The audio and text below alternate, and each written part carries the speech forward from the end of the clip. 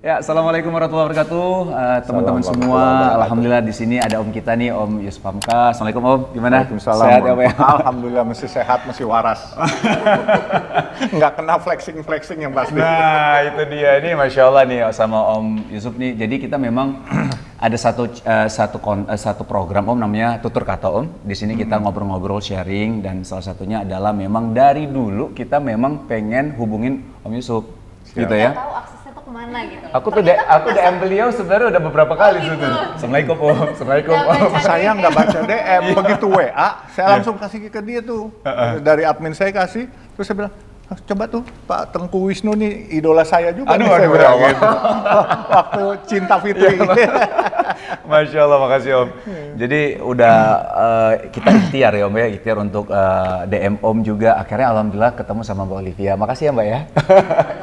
Alhamdulillah akhirnya setelah ini bisa ketemu sama Om Yusuf. Jadi yang lucunya adalah Om Yusuf Hamka ini ternyata temannya Papa Mark. Iya. Kamu tahu nggak? Tahu. Kamu gimana sih anaknya? Kan kalau cerita tuh banyak gitu loh. Jadi kadang-kadang kita nggak notice Betul. gitu. Jadi Dulu kami di Himpunan Seni Budaya Islam. Jadi ada Pak Maksungkar, ada Mutarsum yang pimpinan HSBI, terus Amina Cendrakasih itu. Jadi main dulu siapa Mutia Datau ya. Oh iya. Geng-gengnya itulah semuanya. Itu gimana Om? Maksudnya Om dulu main Fragmen Fragmen itu itu kayak film pendek kayak sandiwara pendek ya. Kalau sekarang apa sih namanya ya? web series gitu Om ya? Tapi Ya, bukan FTV hubungan ya, Fe? apa FTV ya. FTV. Oh FTV ya betul. Film televisi ya. Jadi Iya, film... televisi dulu televisi cuma ada TVRI doang, nggak Iya. ada TV-TV macam-macam. Jadi sehingga kami main, tetapi dari dulu memang kami main untuk fragmen itu judulnya adalah keberagaman. Keberagaman. Pembauran bangsa. Oh. Jadi ada yang Tionghoa, ada yang Jawa, ada yang Arab. Arab. Iya, Oh. Pak. Pokoknya Betawi, semua ada ngumpul semua. Banget ya. Tentang apa waktu itu? Tentang Pembauran bangsa. Pembauran bangsa keberagaman. ini. Jadi bahwa Artinya kita Indonesia gitu Indonesia, we are Indonesian waktu itu. Oh. Dan itu di zaman Orde Baru itu digalakan namanya pembauran bangsa. Kalau sekarang kan keberagaman atau kebinekaan. Iya betul, kebinekaan. Iya kan. Nah sekarang ini saya pikir sudah jauh lebih baik keberagaman di kita. Cuman memang kadang-kala kalau ada gesekan-gesekan ya wajar aja lah. Cuman kan bagaimana kita mengeliminir semua dengan Betul. bijaksana itu aja menurut saya. Itu tahun berapa Om? Waktu itu? Tahun 80-an. 80 ya? Iya, 80, jadi sama Pak Maksungkar 80, benar-benar 80. 80-an. Kalau 85 kita baru lahir. Iya, 80-an. 80-an ya? Saya ingat sih waktu itu saya baru masuk Islam. Oh Masya Allah ya. 81 kalau nggak salah, itu saya baru become a Muslim. Terus saya diajak sama Pak Mutarsum, terus ketemu Pak Maksungkar, Amina Cendrakasih, itu teman lawan kita. Dulu masih ada ibunya Amina Cendrakasih, Mak Uwo. Iya, masih ada Mak Uwo semua. Jadi di sana kita main dan yang mewakili teman-teman Tionghoa adalah saya, dan panggilan saya waktu itu Engkoh Bun. Engkoh Bun? Iya, Engkoh Bun. Jadi seolah-olah saya jadi Chinese-nya yang baba-baba gitu. Dan kita interaksi dan kita rukun. Bahkan di dalam fragmen itu, kalau teman-teman saudara-saudara yang Kristen lagi Natalan, kita bantuin, kita masak, kita di rumahnya rapi-rapiin. Terus kalau kami-kami yang Muslim lagi ada acara, teman-teman ini Kristen juga bantuin gitu. Yang Nasrani, yang Buddhis semua. Jadi nggak ada masalah. Nggak ada masalah ya. Iya. Jadi memang, jadi sebenarnya kaget juga sih Om bilang main film juga gitu misalnya, walaupun kita bilang film pendek gitu ya. Kalau yang kita tahu sekarang kan Om adalah seorang pengusaha gitu loh. Pengusaha yang sukses, orang bilang tuh yang punya jalan tol gitu kan. Tapi ternyata dulu pernah coba main film juga. Pernah film layar lebar pernah? Oh, ada nggak pernah? Iya, sama El Manik. Ah, serius Om? Iya, Itu El Manik sama Susana. Serius? Iya. Apa judulnya Om? Judulnya apa ya? Soal di Papua itu. Dia Sang Penakluk kalau nggak salah. Oh gitu. Nah, Itu tahun Susana sama El Manik. It was 84 kali ya. 84 saya ingat ya? saya masih baru punya mobil, terus saya harus syutingnya karena itu di seolah-olah di gunung-gunung di Papua itu bikinnya di Sentul. Masih di hutan-hutan gitu, di padang-padang tandus gitu. Jadi saya ke sana, saya ingat baru punya mobil tuh. Jadi Masya Allah. itu 84 tuh. Kenapa pengen main film Om? Apa memang pengen Agak coba? Diajak-ajak aja. Oh. Karena waktu itu tokoh Tionghoa yang dianggap mau ya saya. Ya, Oh, iya kan, oke, ya, oke. jalan mau. Saya sih cari pengalaman aja lah. Kayaknya Banyak kamu temen. suka explore gitu Explore ya Om ya? Iya, sesuatu yang Hobinya baru. Iya, sesuatu yang baru gitu. Iya, iya, iya. Jadi berteman akhirnya, tapi ada hikmahnya juga karena berteman sama El Manik. Ada satu artis jadul yang sama-sama dengan Amina Cendrakasih, Ibu Nisma namanya. Ibu Nisma. Ibu Nisma itu dia punya travel haji. Oke. Akhirnya saya bisa berangkat haji, ikut Masya haji Allah. ONH plus sama dia. Masya Jadi Allah. dapatnya ONH tapi tinggal di tempat dia, di catering dia, bantuin dia juga. Oh, Masya Allah. Terus akhirnya di sana jadi ke ONH plus. Rezeki anak soleh. Masya Allah. Tapi Om waktu itu udah ada usaha-usaha yang dijalankan atau gimana Om? Ada sih dulu, tapi nggak berkembang. Dulu saya punya kayak titipan kargo gitu ya, usaha gitu. Terus Kargo ya? iya, saya coba juga jual alat potong besi gurinda gitu, Oh, gergajinya semua. Tapi nggak berkembang. Meledaknya itu waktu kapan Om? Tiba-tiba Om, Padahal saya sempat pensiun dari tahun 93 Desember sampai 2008. oke. Saya Secara jobless. Jobless benar? Jobless, saya nggak berani karena saya diincar oleh beberapa orang di oknum rezim order baru waktu itu, sehingga saya harus tiarap. Oke. Ya, saya tiarap, saya nggak berani muncul. Walaupun waktu itu orde baru sudah tidak ada, Ya. saya mesti tetap tiarap dan saya nggak berani. Nah kemudian 2008 saya diajak temen mulai berani. Terus hampir 2010 temennya jual usahanya, ya saya stop lagi. Akhirnya 2012 saya diajak untuk masuk di perusahaan jalan tol. Saya bilang, dia nanyanya gini, Cup, katanya teman saya, nih kita lagi pada berantem nih, lo berani nggak jadi dirut? Katanya. Saya bilang, saya apa yang nggak berani, saya nih anak Mahakam, saya gede di Mahakam saya bilang, kalau mau cari makan aja kita kadang-kala nyebrangin sungai, kadang-kala pakai sampan, kadang-kala kita harus berenang, masa kita nggak berani, asal lu jangan suruh gue nyolong, gitu. Enggak, ini kita cuma takut ini mereka. Ya udah, Bismillah saya bilang. Akhirnya dijadiin saya dirut. Begitu saya jadi dirut, saya lihat nih perusahaan. Ini perusahaan bagus. Pemegang sahamnya itu kan perusahaan publik. Wah, saya lihat banyak pemegang sahamnya asing. Oke. Ya, terus ada beberapa kelompok-kelompok besar di Republik ini yang megang. Terus saya cuma bilang waktu itu, ya Allah, gue naksir nih sama perusahaan ini. Kalau engkau ridho, insya Allah aku bisa jadi pemilik di sini. Cuman gitu doang. Awalnya hanya dirut ya? Iya. Awalnya dirut dulu. Awalnya dirut. Oke. Jadi gitu doang, ikhtiar doang gitu. Iya. Saya pikir, Allah mana denger gitu kan. Tahu-tahu ada aja tuh jalan nih. Masya Allah. Dikasih jalan. Jadi begitu saya lihat, saya teman kumpulin. Ini asing yang punya. Teman-teman saya dari yang pengusaha lokal maupun pengusaha luar negeri saya bilang, gua nggak ajak. Ini gua mau lokal. Lokal ini ada asing, ada yang asli. Saya bilang nggak apa-apa, asing nggak, saya bilang gitu. Yeah. Ayo, saya bilang kumpulin duit. Perlu berapa? Saya bilang, saya perlu duit 800 miliar. Buat apa? Buat beli saham ini. Beli di pasar. Karena saham ini dikuasain oleh beberapa kelompok asing. Kurang lebih hari itu asing ada pegang hampir 45%. Oke. Saya bilang kita cari caranya lu yang beli di luar, gua nggak boleh beli, gua dirut nggak boleh beli karena ini perusahaan publik. Gua carinya lu beli. Saya bilang sama dia, nggak jatuh ke tangan gua nggak apa-apa, tapi gua kepengen pengusaha lokal. Masya Allah. Ya kan, yang punya ini. Soal lo dibilang asing sama orang-orang, masa bodoh, pokoknya lokal. Pokoknya saya bilang gitu. Akhirnya mereka kumpulin duit, siap, udah. Saya kan sebagai dirut, apa yang saya ngomongin kan berpengaruh semua. Mempunyai keputusan lah. Begitu saya ngomong mau mengambil sesuatu bank, investor asing yang megang saham ini nggak convenient. Dia lepas barang di pasar. Asing lepas, asing dan teman-teman nampungin. Oke. Gitu. Oh, jadi dia lepas. Dia lepas 38%. 30%. Berarti masih ada dong? Kan tadi 45? Iya. Terus pelan-pelan kan Tergerus terus. kan dia 45. Saya cukup ambil 38. Karena teman-teman saya yang ada ini udah ada 13. Jadi mayoritas. Begitu keluar udah 51. Udah nggak penting asing ada nggak ada, buat saya nggak ada problem, udah langsung kita yang kontrol semua, kita kerjain. Wah, itu 2012 sampai 2017 setiap 3 bulan perang bintang ibaratnya. Jadi pengurusan itu diganti. Karena belum mayoritas. Jadi asing dengan kelompok besar semua ganti. Saya cuma setahun saya diganti. Oh, dirut cuma setahun? Setahun saya diganti, tetapi dia lupa. Dikala dia ganti saya udah kuasai saham ini. Iya. Ya kan, dia nggak tahu. Dan saya ya oke aja diganti.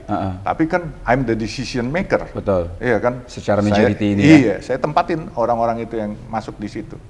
Dan pada saatnya 2017 saya mau megang. Saya bilang gantian minggir, pada kaget semua. Loh, kok bisa? Ya bisa. I prepare semua dari awal. Gitu. Jadi ya kan di agama kita juga diajarin orang Islam itu harus cerdas kalau nggak salah. Iqra itu ya.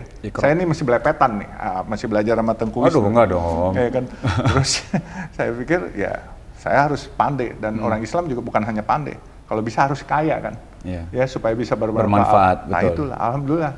Dan saya cuma cita-cita dari awal waktu masuk Islam juga, Buya bilang, kamu harus mengharumkan nama Islam. Dan kamu harus mengajak saudara-saudaramu kembali ke agama leluhur mereka, yaitu Islam, katanya. Masya Allah. Jadi itu Buya bilang, teman-teman Tionghoa itu sebenarnya agama leluhurnya adalah Islam. Tapi karena komunisme dulu masuk di Cina, diberangus semua. Zaman-zaman Mao Zedong atau apa. Tapi sekarang coba lihat, zaman Perdana Menteri sekarang apa presidennya Xi Jinping, sama Islam baik sekali. Dan kalau nggak salah ada hadis yang mengatakan tuntutlah ilmu itu walaupun sampai ke negeri Cina. Ya, saya nggak tahu bacaan Arabnya, tapi saya ingat itu. Jadi sebenarnya antara Islam dengan Cina nggak ada masalah. Ya, jadi kalau dibentur-benturkan Islam dengan Cina, Islam dengan asing, kayaknya sesuatu yang lucu. Dan kalau ada orang Islam yang menzolimi orang-orang minoritas, yang saya dengar Rasulullah paling nggak suka. Itu. Jadi barang siapa yang menzolimi minoritas, dia bukan umatku, katanya. Dan saya belajar itu, saya ngerti dari beberapa kiai, dari almarhum Buya Hamka maupun dari kiai-kiai dari teman-teman NU, semua mengajarkan saya. Bahkan kemarin saya ketemu Wakil Ketua Umum PBNU, Habib Hilal. Dia bilang, Yusuf, ada perjanjian Rasulullah yang namanya dia kirim surat kepada kaum Kristen Nazran. Dia bilang, bila engkau membutuhkan tempat ibadah, datanglah kepada kami dan kami akan buatkan. Jadi zaman Rasulullah aja, orang Kristen yang non-Muslim, kalau datang ke kita minta tempat ibadah, dilindungi. Kita harus wajib bantuin dia buat. Kenapa sekarang kalau ada orang Kristen mau beribadah, kita pasangin toa, kita bacain sholawat Nabi kenceng-kenceng. Saya juga nggak habis pikir, apa ini saya yang salah belajar Islamnya atau orang itu yang salah? Makanya saya bilang, Islam itu rahmatan lil alamin, bukan rahmatan lil muslimin. Kalau rahmatan lil alamin, yang bukan Islam pun atau yang tidak beragama pun rahmat dapat dari Islam gitu. Nah, makanya kalau orang-orang yang ingin membawa Islam dengan cara yang salah, saya pikir ini kita akan memperkecil kejayaan Islam. Kita sebagai umat Islam harus menunjukkan Islam yang santun, Islam yang sejuk, Iya, bukan akhlak Islam yang yang baik. dikonotasikan oleh orang-orang Islam itu bisanya bawa pedang, maunya perang aja. Itu saya kalau dengar itu saya suka sedih, sakit. Saya bilang enggak, saya di teman-teman ustadz saya nggak pernah diajarin gituan.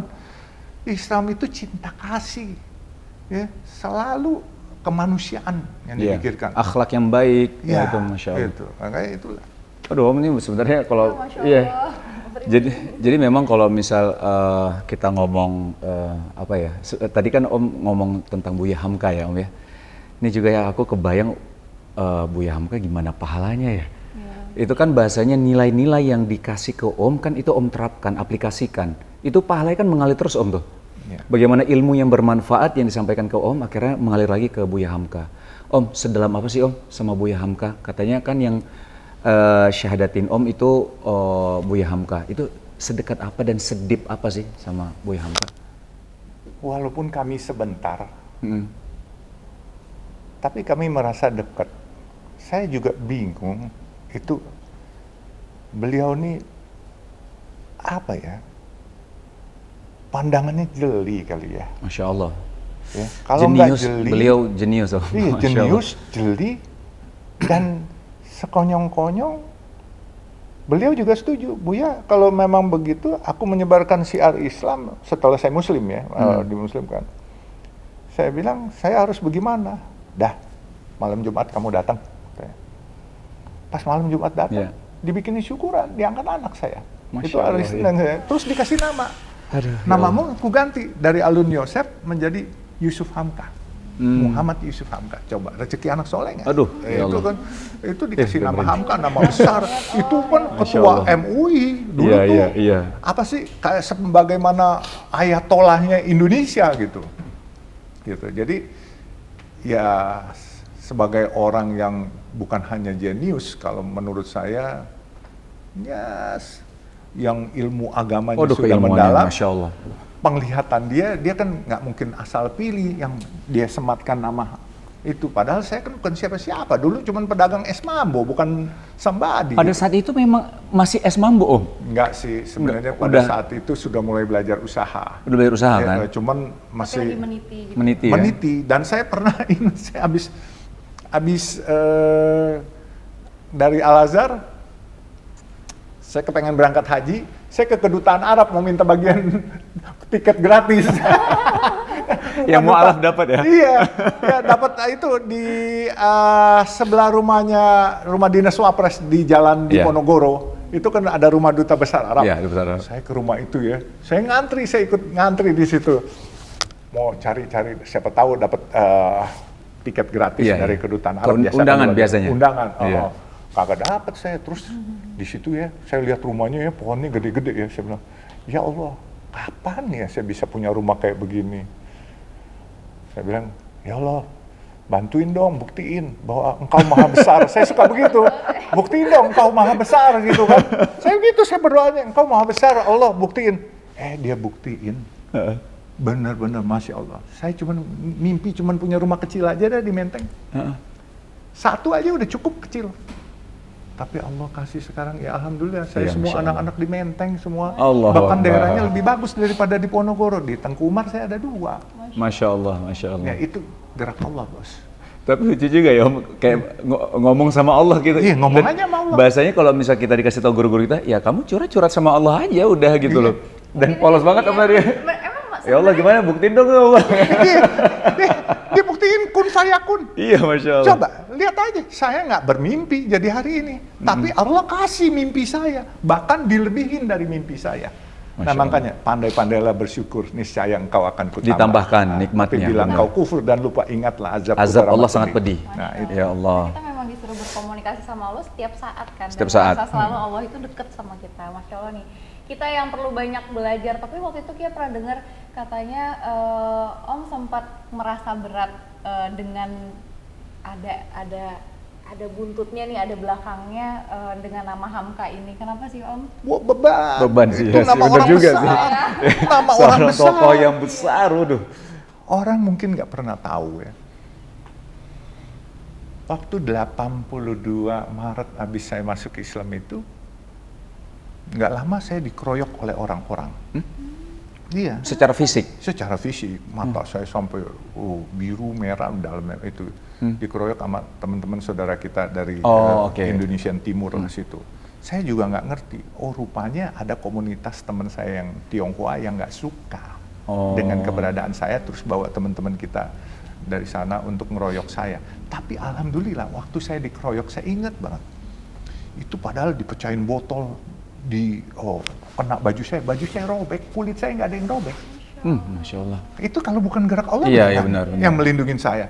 Terus saya santai aja, akhirnya orang-orang itu ditangkapin semua.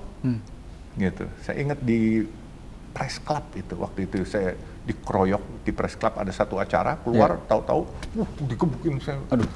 Ada 5-6 orang, tapi yang cuman mata saya aja bengkak memarah gitu. Tapi ya udah, kita nggak cengeng, kita cari orangnya, rupanya kita tahu, ya sudahlah, kita lapor polisi aja gitu.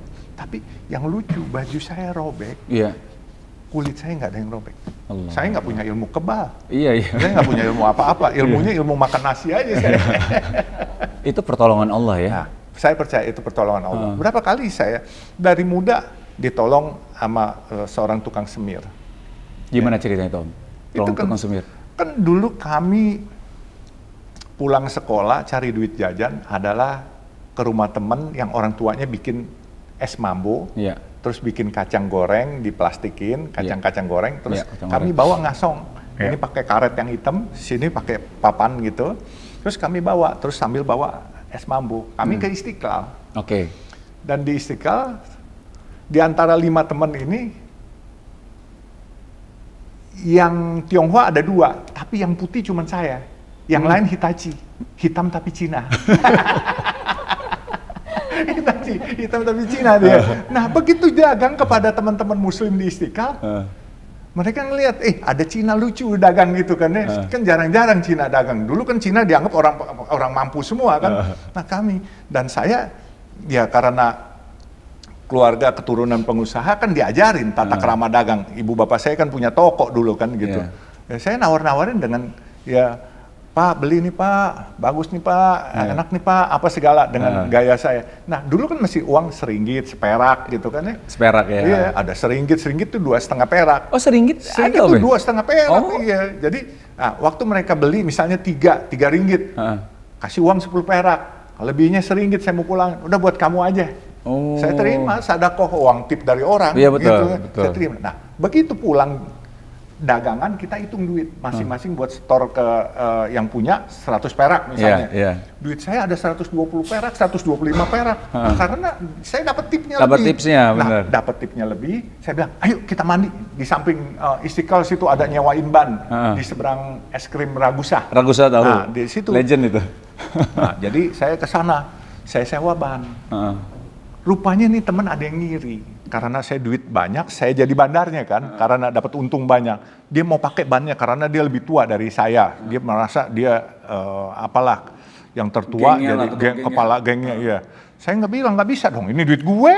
Iya kan, gue mau pakai ban dulu. Saya kagak bisa berenang. Dia kesel, dia dorong saya. Itu mau masuk ke pintu air Ciliwung itu, saya nangis teriak-teriak sejadi-jadinya saya nangis. Akhirnya ada yang lompat, blek, didorongin saya.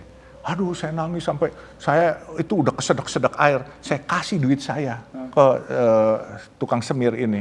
Dia bilang enggak mau. Coba, tukang semir nggak mau duit. Secara logika dia gelandangan, mungkin. Dia nggak punya baju, dia pakai kolor. Harusnya ya mau banget, harusnya. Akhirnya jadi teman.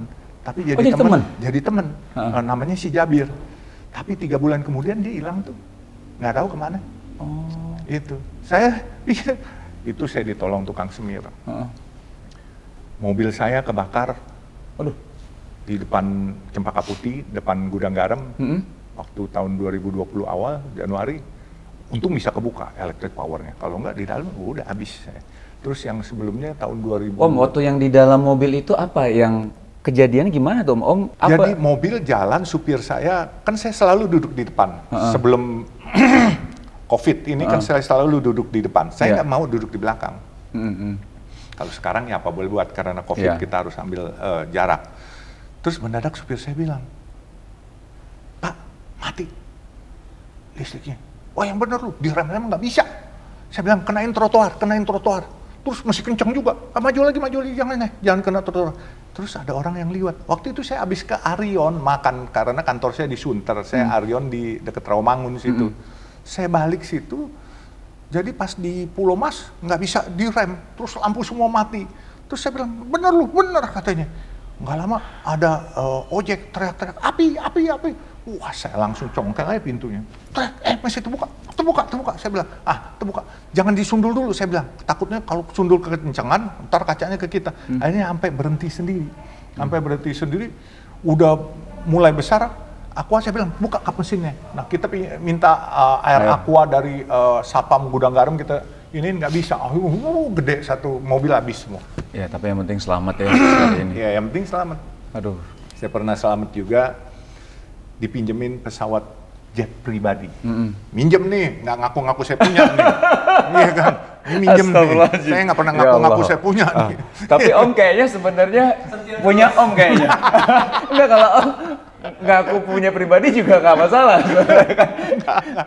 Jadi gini, ini kadang-kala ini gatel juga sih saya. Adik saya bilang, tuh pesawat gua nggak dipakai tuh, mesti diservis. Jadi mesti dipakai 40 jam dulu baru mau diservis. Adik saya yang punya. Lo mau pakai nggak? Ya udah deh, gua ke Maldives aja deh, saya bilang. Maldives kan paling 4 jam, pulang 4 jam gitu. Ya udah deh, pinjem. Pergi ke Maldives, bawa keluarga saya. Satu anak saya nggak ikut, yang kecil. Terus sudah pulang. Pas pulang di perairan Jambi, kacanya crack. Aduh, Kaca depan. Dari ketinggian 33.000 kaki, can you imagine jadi 8.000 kaki. Aduh. Anak saya yang Faisal, Pak, nih bagaimana nih? Katanya, nah, kamu duduk baik-baik. Istri saya bilang, Pak, kita kumpul, kita berdoa. Deh, berdoa masing-masing. Bismillah, insya Allah kita berdoa dan pasti kita selamat. Kalaupun mau turun di perairan, kan pilotnya bilang kita mungkin turun di laut itu jam 8 malam kayak apa jam 7 jam 8 malam lagi ya? Iya, itu kalau dia landing di Jambi, terus akhirnya pilotnya sih pinter juga, dia coba masuk ke Jakarta. Jakarta begitu di Halim nggak boleh landing karena ada SOP. Kalau presiden mau berangkat atau presiden sudah datang pakai tempat itu harus steril selama 45 menit atau 1 jam. Jadi sehingga presiden udah turun dari Malang kalau nggak salah, pulang, kami nggak boleh. Dan dia udah bilang, Mayday, tolong nih ada bahaya. Saya hari itu liwat gedung di TBC Matupang, gedung ISK kalau nggak salah yang ada tulisan Ya Allah. Allah. Saya bilang, ya ilah udah 6-7 kali, ya kok gue ngelihat nama Allah melulu nih, apa udah dipanggil nih. Saya bilang, kita sih semua udah ikhlas di pesawat, cuman anak saya kesian yang satu tuh di rumah yang nggak tahu apa-apa.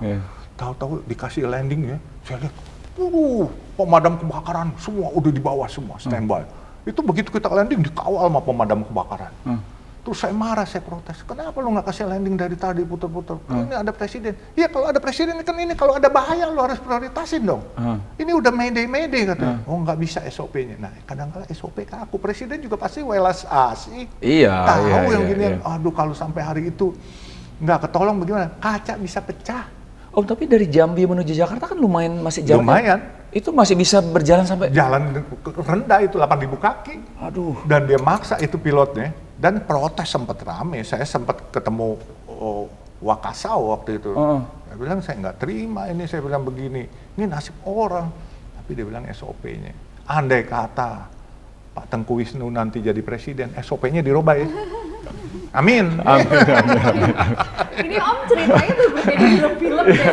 Iya, Masya Allah. Horor dalam mobil. Tapi pertolongan Allah ya, Masya Allah. Iya. Kayaknya tuh Allah kayak pengen bener-bener ngasih lihat ya mukjizatnya ya, Masya Allah. Om ini gimana Om tadi ada masalah? Ada satu lagi. 2020 habis kebakaran. Kalau nggak salah bulan Juli. Nah itu makanya saya bilang Tengku Wisnu nih kepada anak-anak muda semuanya. Pasangan kita adalah malaikat kita. Jangan lupa itu. Baik itu istri kita atau suami dari ini, itu malaikat kita. Masya Allah. Saya turun dari puncak. Capek banget saya ngantuk. Terus istri saya tidur, saya kasih tidur. Begitu lepas dari Ciawi, dia udah bangun. Saya nyupir. Terus di dekat Gunung Putri, kilometer 23, itu saya lagi riap-riapan mata. Terus istri saya ngingetin, Pak ada mobil terbalik katanya. Di depan saya itu mobil, dia nabrak. Kalau saya nggak ngerem, itu mobilnya melintir, muter-muter, pasti nabok ke saya. Jadi saya ngeremnya pun, dia teriak, istri saya tuh kayaknya saya sambil riap-riap gitu, dia teriaknya begini, katanya. Saya kaget, ada apa, Ma? Itu mobil. Saya akhirnya ngerem pelan-pelan. Kalau dia nggak ingetin saya, pasti Kena juga ya? Kalau nggak ke rumah sakit, ke rumah duka itu pasti. Aduh. Karena orang yang kena 5 orang. Meninggal semua? Enggak. Oh, enggak? Justru alhamdulillah hidup semua, dan saya langsung berhenti ke pinggir karena nggak ada mobil lain. Padahal itu untunglah nggak ada mobil lain. Itu mobil nggak ketabrak, saya juga nggak ketabrak karena saya menghindari langsung ke pinggir. Saya bilang, "Mah, tunggu." Saya bilang, "Ngapain? Tolongin itu." Mobil terbalik, saya buka kaca depannya, pintu depannya nggak bisa. Buka, nggak bisa. Saya buka belakang, terbuka, anak kecil, saya lihat. Saya angkat langsung ke mobil saya, anak-anak kecil bangsa 4-5 tahun. Terus saya lihat lagi, ibunya di depan, lagi nyusuin anak. Saya tarik, saya bilang, "Hai Bu, cepet Bu, ntar mobilnya kebakar." Dia bilang, "Pak, pelan-pelan Bu, pelan-pelan." "Nggak ada pelan Bu, cepetan Bu." Saya udah nggak peduli deh, itu tenaga saya udah kayak Superman aja. Saya gotong lagi ibunya sama anaknya. Terus bapaknya keluar.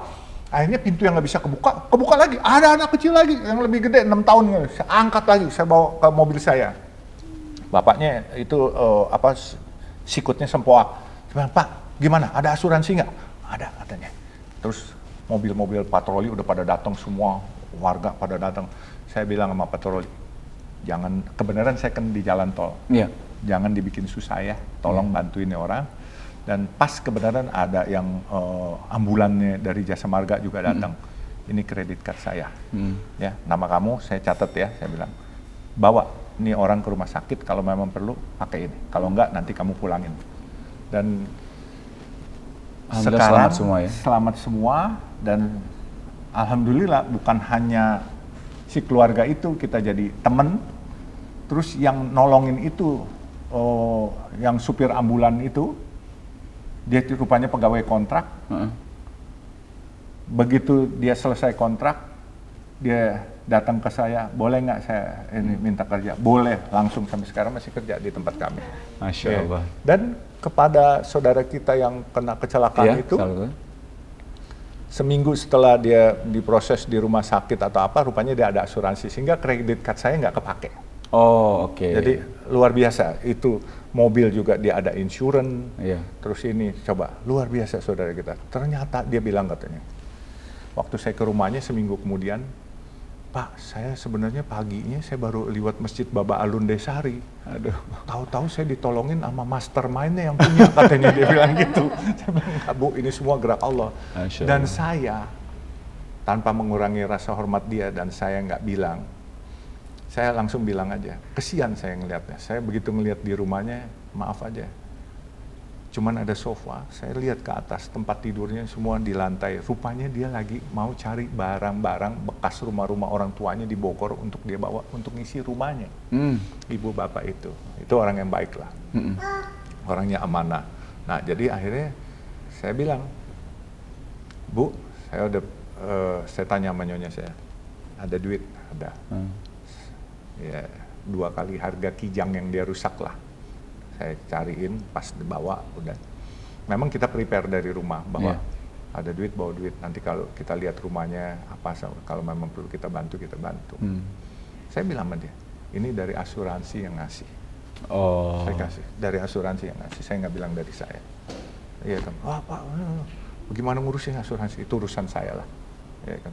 Jadi akhirnya jadi saudara lah kita, jadi teman semua. Gitu. Jadi teman, tambah saudara. Tambah saudara. Nah, kalau misalnya telat, malaikat saya kagak berteriak nih, istri saya, pasangan saya pasti nyundul mobil dia, kena. Ya. Dan dua-duanya mungkin bisa celaka. Betul. Itu saya bingung, saya bisa ngangkat orang gitu dari jalan sampai ke mobil, dan mereka dikasih minum sama istri saya di mobil. Iya.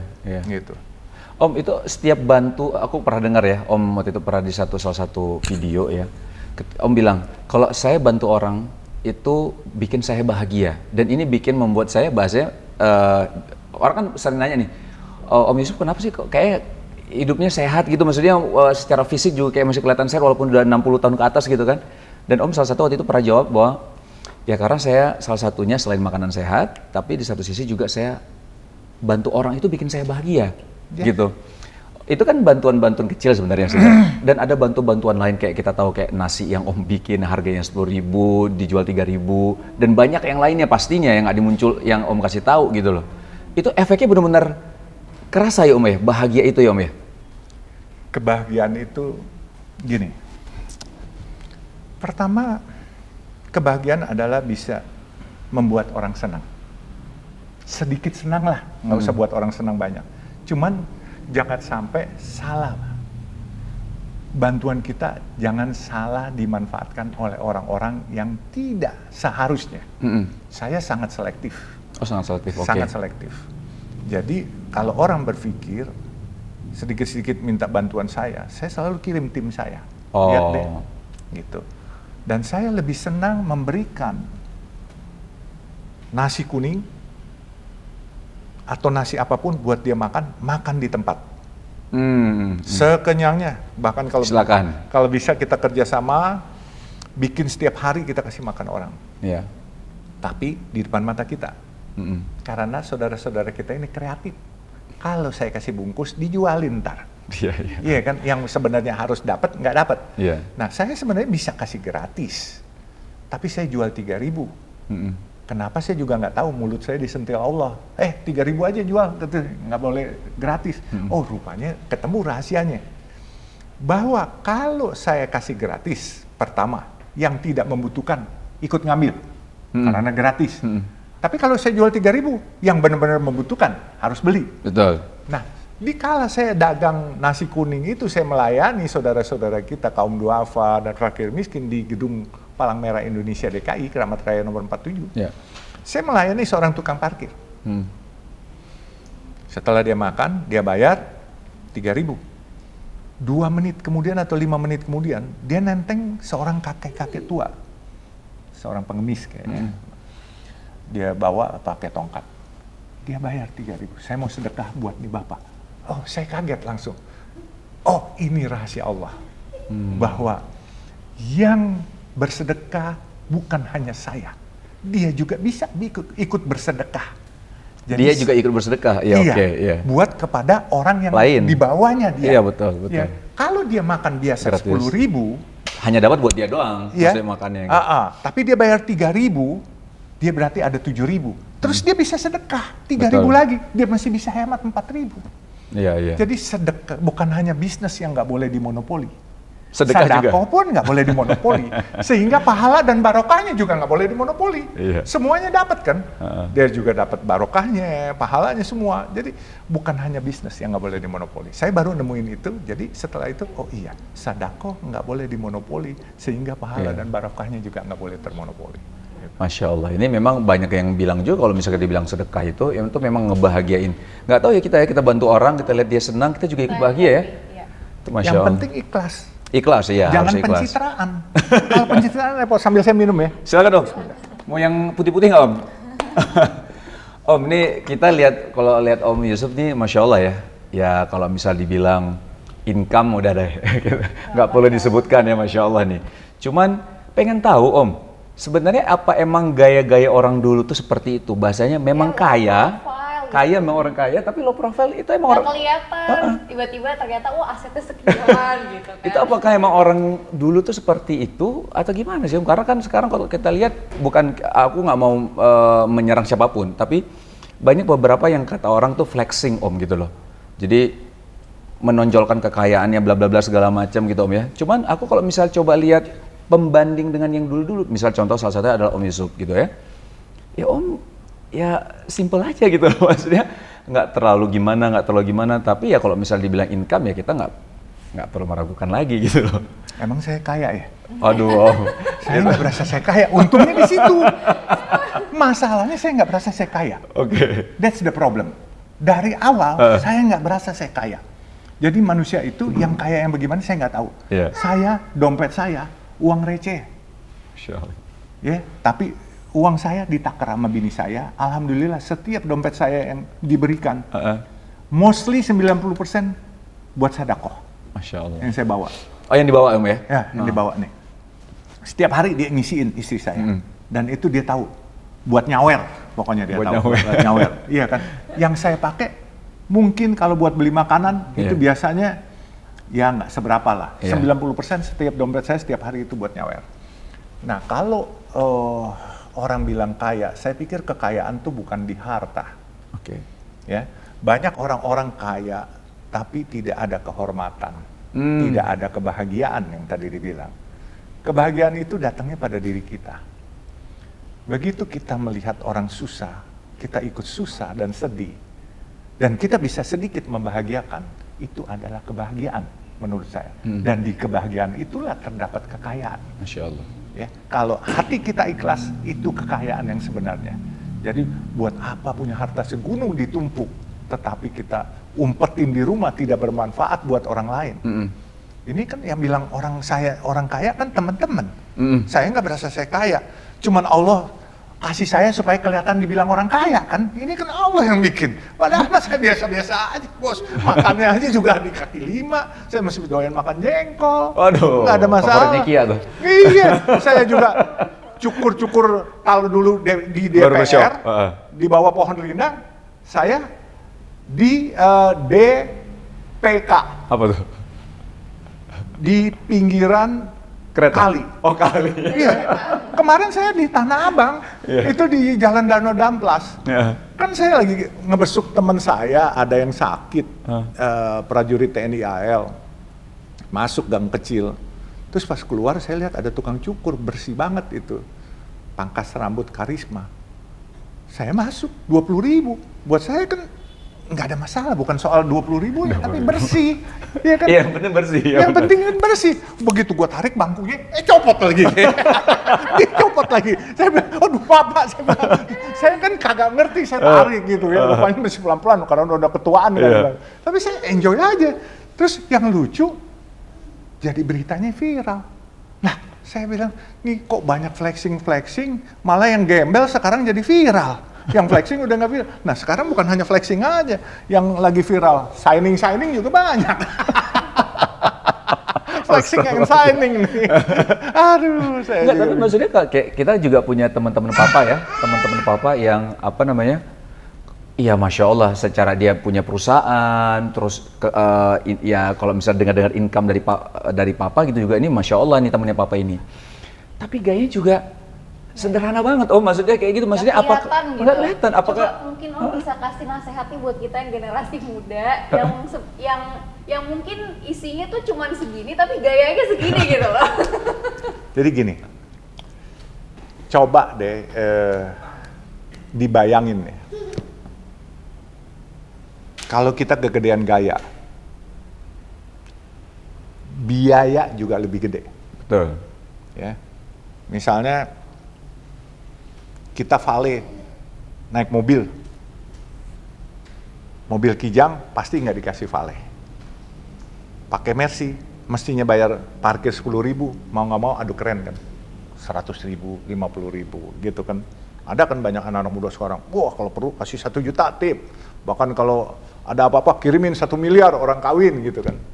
Saya pikir manfaatnya di mana? Ini kan cuman buat konten, mendingan jadi foto model. Foto model maksudnya? Foto model kan bisa kelihatan kaya. Oh. Iya kan? Baju-baju, aksesoris, diamond dipakai. Iya. Iya kan? Wah, itu kan orang punya kan?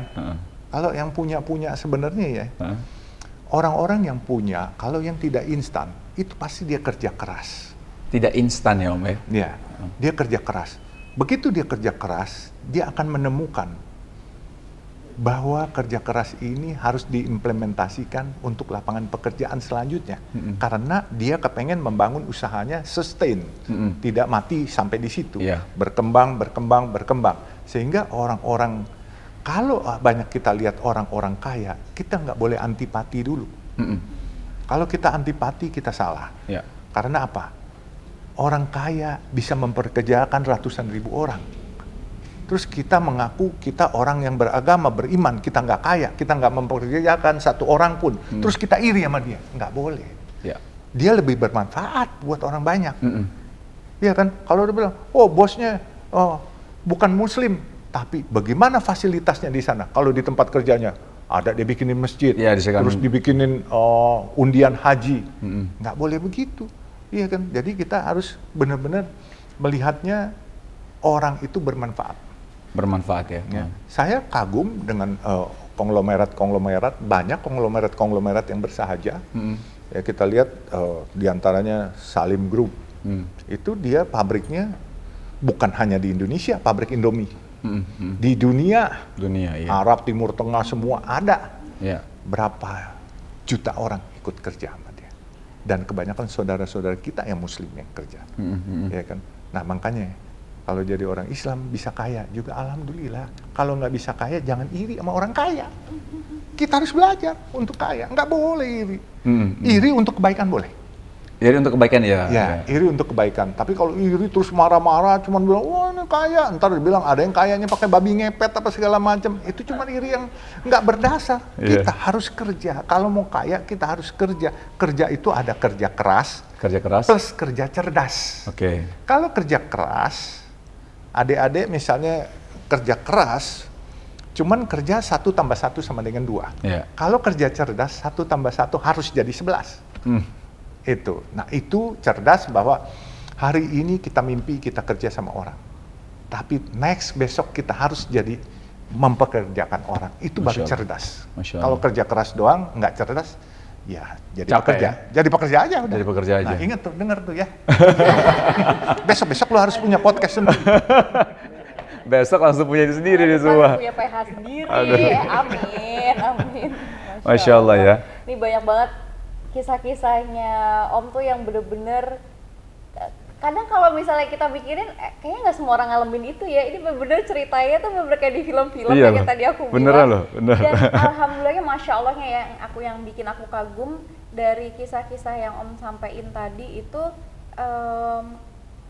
kayak Allah tuh mau menitipkan message gitu loh. Iya, dan ada pesan. Alhamdulillahnya Om tidak pelit dengan cerita-cerita yang memotivasi banyak orang. Ya, inspirasi banget ini. Inspirasi banget buat kita semua. Dan kita mau bilang makasih banyak. Makasih banyak Om. Udah mau share sama kita. Mudah-mudahan kita yang muda-muda ini bisa menjadi generasi yang bermanfaat. Bermanfaat tadi. Lebih baik daripada generasi sebelumnya harusnya, No. Iya, lebih baik daripada generasi sebelumnya. Tapi kita lihat ya, kenapa juga anak-anak sekarang demen melihat sesuatu yang glamor-glamor. Gimana dari pandangan Om gimana? Iya, karena didukung juga, ini kan sebenarnya korban iklan aja nih semuanya. Iya kan? Korban iklan. Jadi kita lihat, saya kemarin waktu lihat Crazy Rich itu, saya bilang, ih hebat amat anak sekarang ya. Umur 20 tahun kekayaannya udah luar biasa. Terus dia bilang, wih jam 7 miliar, murah banget katanya mereknya ini. Nah, saya pakai jam tuh. Lihat aja, merek saya. Ini kan. Seiko. Muternya sama nggak? Muternya sama nggak? Muternya sama. Saya jam digital ini. Ini Garmin. Masih aman lah kan. Masih aman. Masih bagusan itu. Jam olahraga. Iya, jam olahraga. Nah, sekarang gini.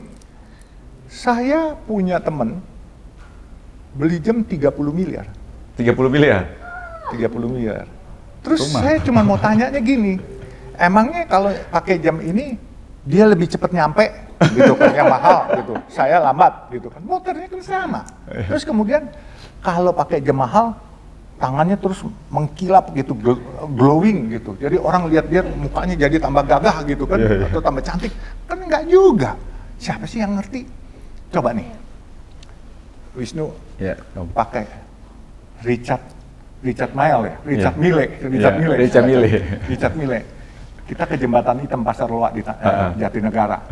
Gue jamin tuh tukang-tukang kagak tahu lu pakai jam mahal. Iya bener. Saya jamin nggak tahu. Iya kan? Yang tahu itu perampok-perampok di luar negeri. Oke. Iya kan? Itu di luar negeri sekarang apalagi sejak COVID kemarin, Iya. orang-orang yang pakai jam tangan, Richard Mille, terus Patek Philippe, terus Rolex, itu ditodong, diambilin. Ya, ditodong, diambilin. Nah, saya sih, alhamdulillah bukannya nggak mampu, cuman buat saya nggak worth it banget gitu. Sekarang let's say gini, cara kalkulasi hitungan kita, anggap dah bahwa kemarin kita dengar, wah jam 7 miliar murah. Kita kalkulasi secara matematika bisnis. 7 miliar kalau saya pinjam uang dari bank dengan bunga 12% satu bulan. Berarti satu tahun, 1% satu bulan. 1% satu bulan ya. 7 miliar untuk 10% aja 700 juta. Iya. Berarti kalau 1% 70 juta. 70 juta. Ya, 70 juta per bulan. Mm-mm. Ya. 70 juta berapa kali UMR? Wah, jauh dibagi sekarang 18 kali, 4 juta. Berapa? 4 juta. 18 kali kira. 18 Ya, 18 kali. Heeh. Can you imagine? You bisa kasih Menghidupkan 14 orang banyak, iya benar. ya, itu dalam 1 tahun berapa? Gitu. Terus manfaat pakai jam mahal itu nggak ada. Tapi manfaat kalau duitnya ditaruhin di bank aja, dia dapat bunga. Bunganya deh, misalnya sekarang separohnya 6%. Kalau pinjaman 12%. Kalau kita taruh, kalau di bank syariah mungkin 6%, karena itu margin namanya. Marginnya. Ya kan, 6% separoh berarti 350 juta, hampir 400 juta, 67, 42, 450 juta. Saya cuma gini, kalau 7 miliar kali 6%, 6 kali 7, 6%, 6 kali 6, 3, 6, 42. 42. Iya. Iya, 420 juta. 420 juta dibagi 12, 35 juta. Ya, 35 juta. Saya makan satu hari 100.000 udah kenyang. Ya, 35 juta tuh berarti saya bisa makan setahun. Nah, ini yang kadangkala lupa. Sah-sah saja kalau ada uang pakai barang mewah, sah. Sah ya. Ya, sah itu pasti sah, nggak apa-apa. Tapi bukan buat dipertontonkan dan dibuat pakai buat ngapusin orang. Ngapusin? Ngapusin tuh bohongin orang. Oh, bohongin orang. Iya, itu jangan dipakai buat bohongin orang.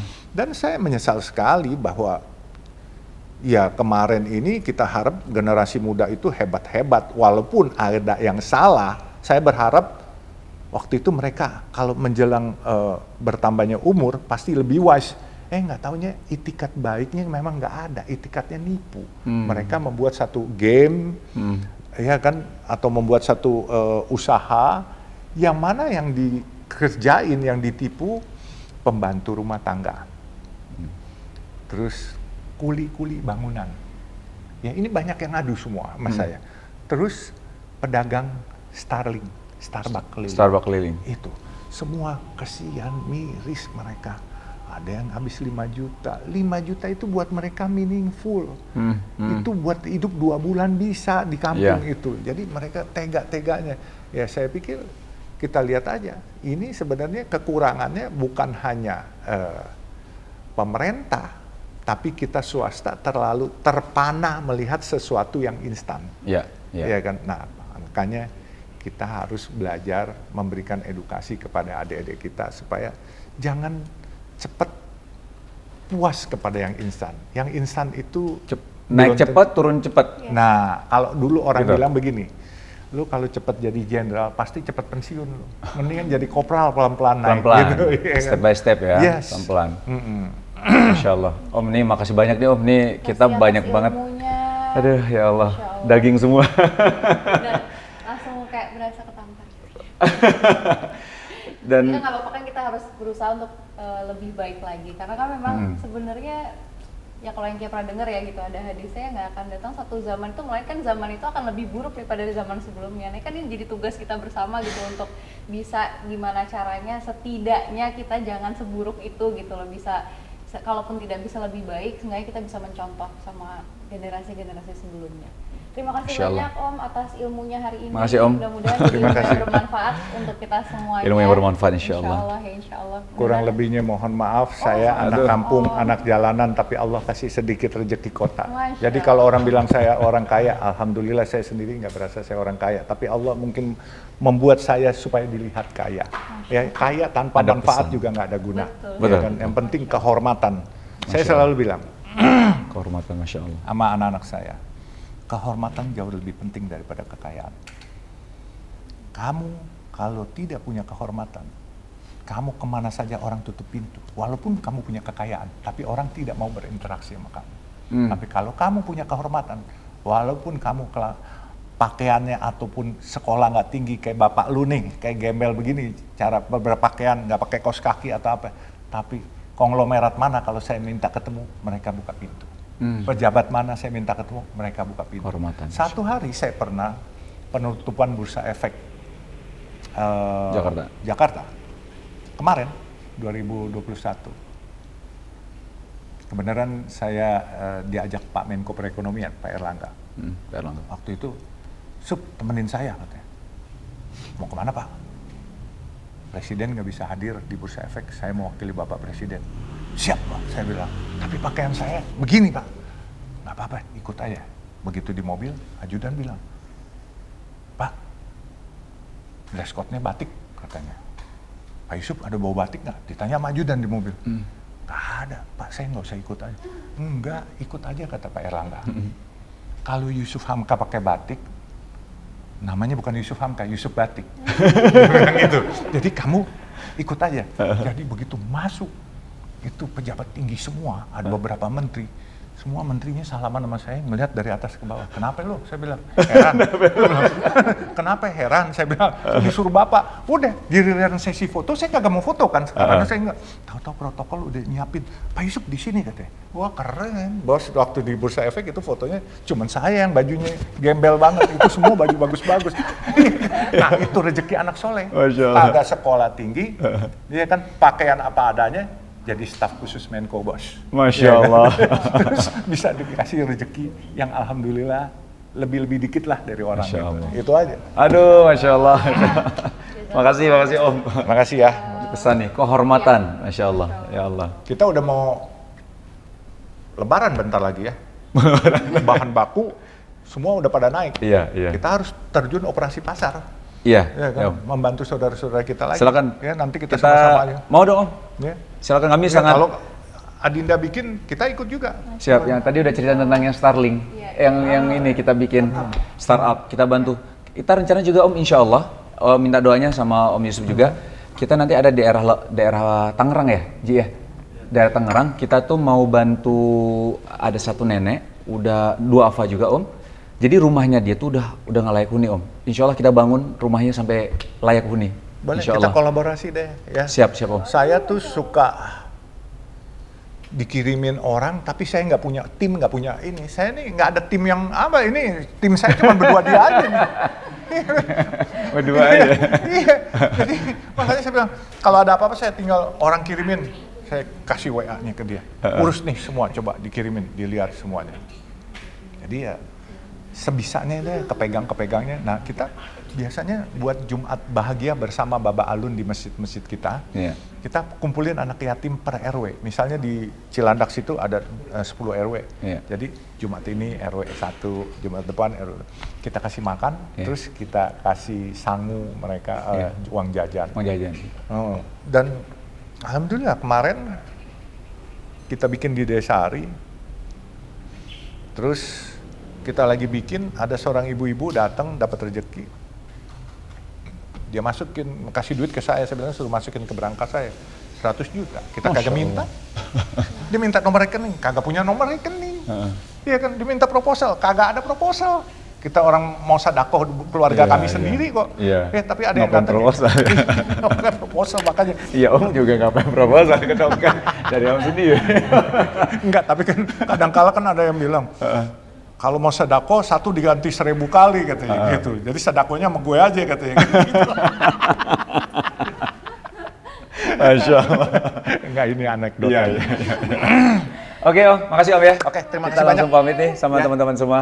Terima kasih, sampai ketemu lagi ya. Assalamualaikum. Assalamualaikum warahmatullahi wabarakatuh.